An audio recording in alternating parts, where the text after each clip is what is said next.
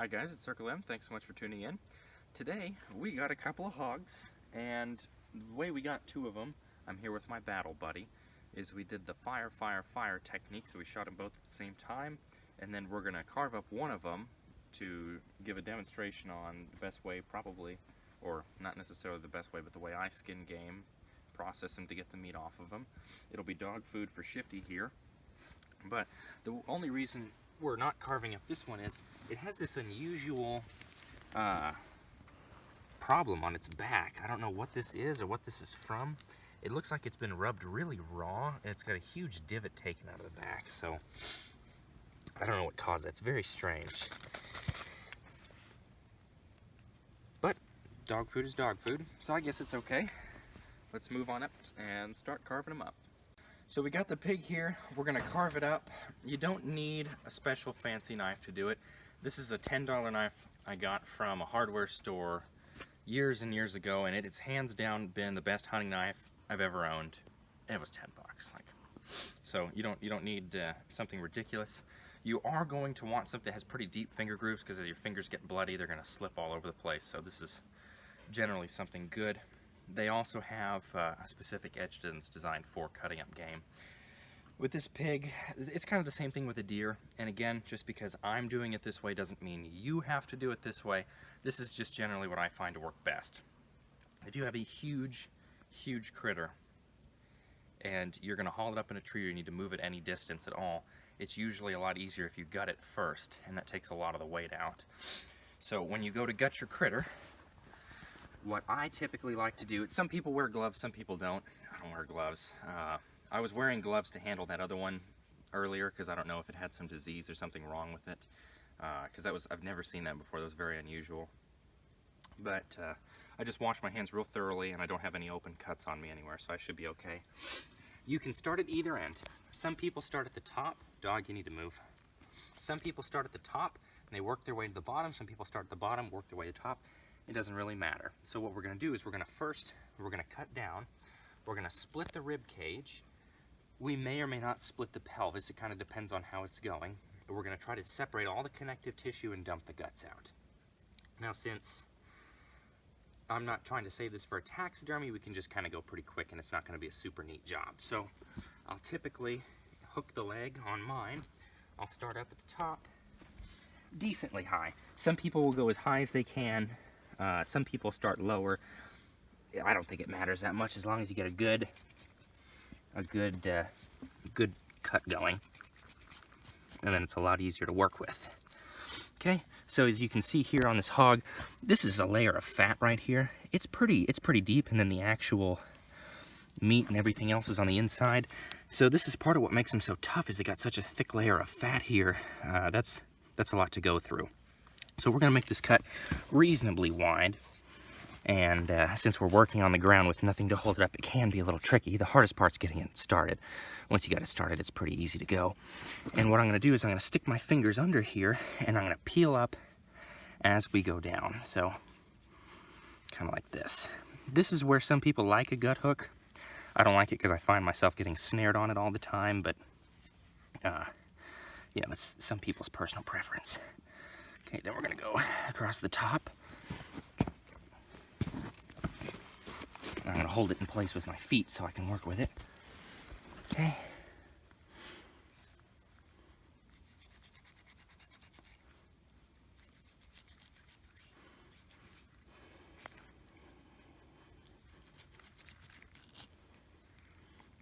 And like I said, I'm not going real careful or real neat, because this isn't for a taxidermy, and I'm trying to make it snappy so the video isn't running for like an hour. I'm going on one side of the breastbone here just to make it easy. You can tell this is a really good knife for, you know, how well it's getting through the tissue. Now, as we get down here towards where the entrails are, you want to be really careful not to go too deep, because you can easily poke a hole in something and make a mess. So we're just gonna kind of try to keep it on the top.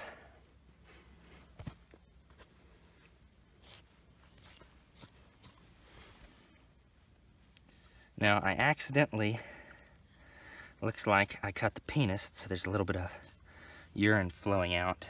just a cautionary tale for those of y'all. That's why it pays to go slow. Now, even though I've separated the skin, you can see here that there's a membrane that's between the intestines and the skin itself, and that's kind of a protective layer for the critter, but it's going to be in our way for what we're trying to do. So I'm gonna carefully open this up, and now you can see how I've opened up a little gap here. You can actually see guts on the inside here. Now that I open up more, you can see a lot better. So hopefully you're finding this helpful. It's not very difficult. You just can't be scared of getting your hands dirty. Okay. And then when I come up to the top here, eventually we're going to run into the breastbone. Okay, which is right here where my fingers are. I'm going to try to place this with the camera. So once you're up here at the breastbone, you're going to have to split it with a knife or an axe or a hatchet or something like that. Some people use a saw, some people use, I've seen people use lawn clippers. It doesn't really matter. If you have a good knife and you go where the cartilage on the rib cage is, you can split it pretty easily. But if you're not careful, you can ruin a knife pretty easily. So cautionary tale there for y'all. You're going to want to split it reasonably high so you can open this up a little better. Cut away connective tissue, and it should fall open pretty easily. Okay. So this is the connective tissue I'm talking about that kind of holds everything in place. This is going to have to come away in order to get everything out of here a lot better. So I'm going to separate the membrane here. Now I'm not a veterinarian, so there we go. That's a little better. I can't tell you about it in detail, but you can get a decent idea of anatomy. Here's the heart.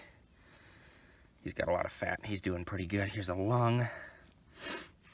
But basically, when I come to do my separation for all the entrails, this one's in pretty good shape because he got hit a little bit lower, so we didn't make too much of a mess.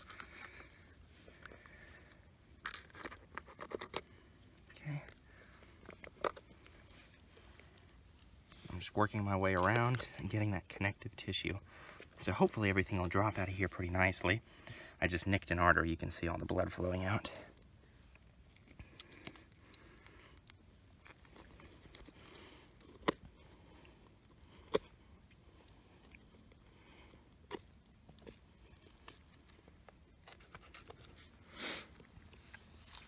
So now I'm going to work my way from the top to the bottom, trying to cut all the connective tissue, any tendons or ligaments that's holding any of this stuff in place.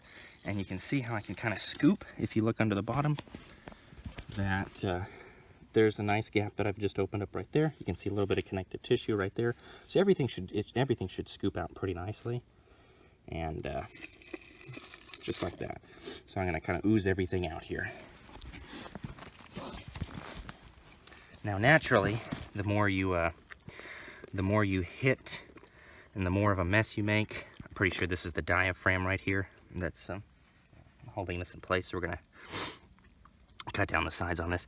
The more of a mess you make, you know, if you're using some huge caliber like 300 Win Mag and you just turn the lungs and heart into soup, then this is gonna be a little bit more difficult because you're gonna have a harder time seeing. But everything scoops out pretty nicely. Thank you, cameraman. A little helpful. There you go.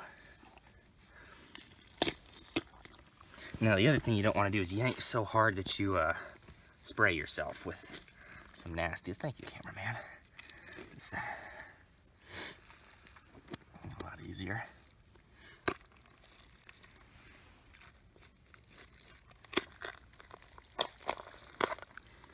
Okay, now you can see we've got most of the entrails out here. I have to clean up a little bit down here because one of the stomach got punctured by the bullet. But we can do a quick anatomy lesson. Like, here's the liver, for example. It's pretty big, actually. If I could flip it over, it's so slick. So, here's the lung. Looks like he had a problem here. Probably as a result of the trauma getting shot. The heart's right here. It's actually pretty decent size.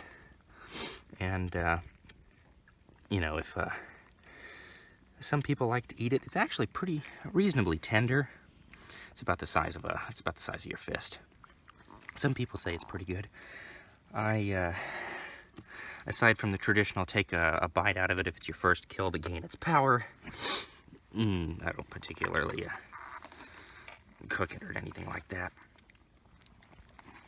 Now, as you can see from the last of this connective tissue, once it's gone, the chest cavity will be, careful not to pop any of this stuff.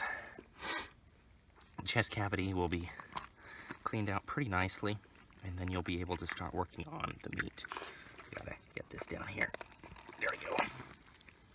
Nasty.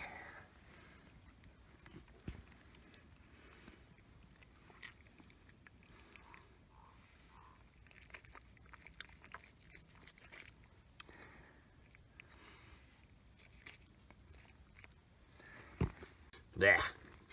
So now this is where you're going to take a water hose and you're going to need to wash this out. We got away with not splitting the pelvis because of how the intestines were down here. It's up to you.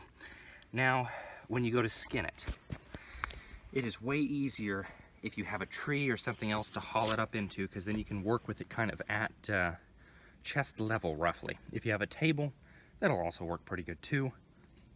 I'm lazy and I'm in a hurry, so we're just going to do it on the ground. You know, if you get unlucky, you might have to do it on the ground, so up to you. We're going to drag it a little ways away from the gut. Now, it's a lot lighter, but when we go to do this, I'm going to cut. There's different types of cuts depending on what you're doing. If you want a taxidermy shoulder mount, you're going to want to cut about right here and keep this as nice as possible, because that's what the taxidermist is going to work with. If you're going just for a cape, dog, quit it. If you're going to go for a cape, you want like something to throw on your bed, a bedspread, you want to go pretty high and try to keep this nice. If you're doing a full body mount, that's different. There's different types of things you can do depending on what you're trying to save. In my case, we're not trying to save this, we're just going to strip it and go, and then we're going to go for the meat. So I'm going to cut it pretty high up here. I'm not going to do a super careful job because I'm not trying to save it, and we're just going to peel it off and go. So continuing on this cut that I've made up at the neck, we're just going to go across. Now, if we were up in a tree, I could go all the way around easily, but we're not, so I'm just going to work with it like this. Okay. As your hands get slick, it can get hard to find a grip. So now I've separated the shoulder away from this, which will make it a little bit easier to work with, because now I can kind of move this separately, if that makes sense. Now I gotta find the difference between the shoulder and the skin. Since there's so much fat on here, that's gonna be a little tricky. There we go, I found it.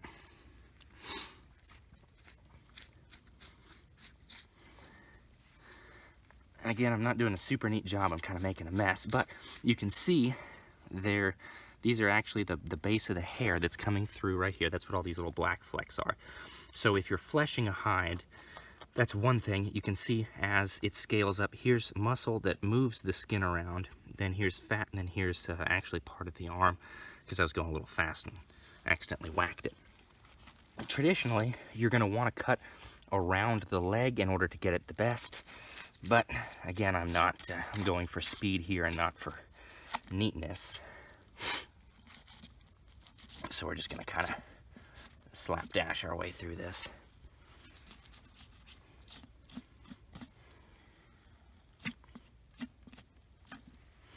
Okay, now, for those of you who aren't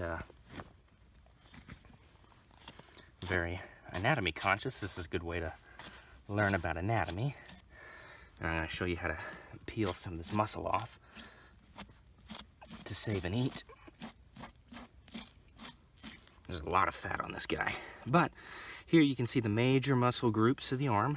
I'm going to sever some of the connective tissue on the bottom.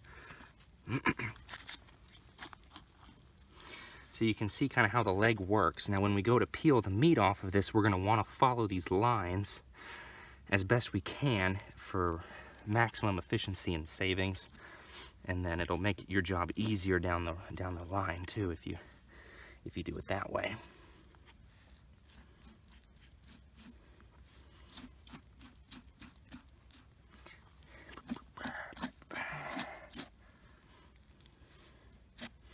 A good knife can make this a lot faster. A bad knife can make this just drag.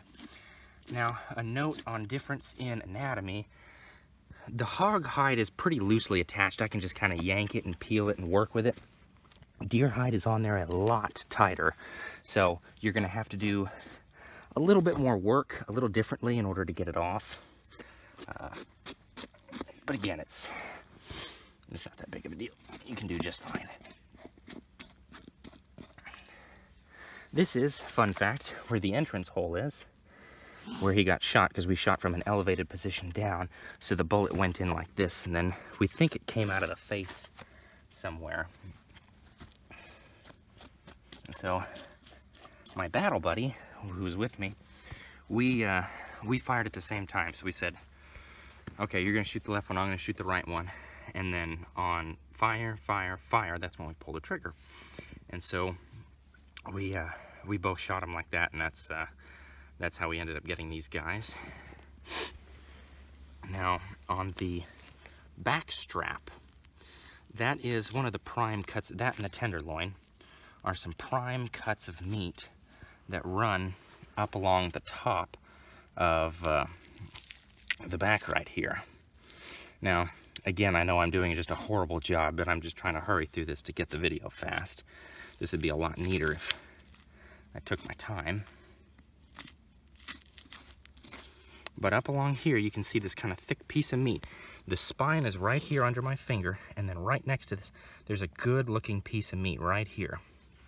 The back strap actually runs all the way up here and runs down to the hip. Now this one got ruined because a bullet passed through it right here, but I've known people who only cut about that much of the back strap out and just leave the rest. So you want to make sure you go all the way up as high as you can in order to get as much off as you can, because that's good meat right there. Some people would say it's the best cut. On the inside, speaking of good cuts of meat, down here you have the tenderloins. Now they're a little bit buried under all this mess. Let's see if I can clean this out a little bit. It's not. Okay, right here. You see this piece of meat right here. It runs from about here to about right here. This is the tenderloin. This is also a really good piece of meat. This one got ruined by the bullet, but this one's actually pretty good. Let's see if we can pull it out here.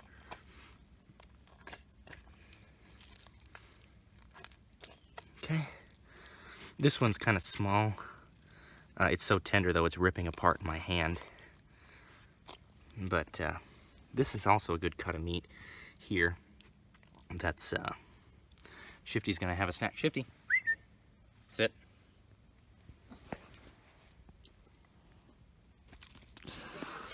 Bad catch, Shifty. On the back here, you're gonna want to kind of do the same thing with this front leg.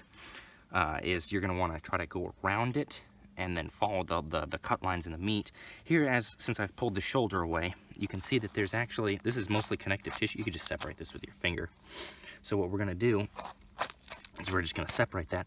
The shoulder will actually come out of here nicely. Some people use a Sawzall or an axe and they get real wild. That's not necessary. If you find where the joint is, you can actually just pop it right out with a knife. So we're gonna work our way up, move it around, kind of get a feel for it.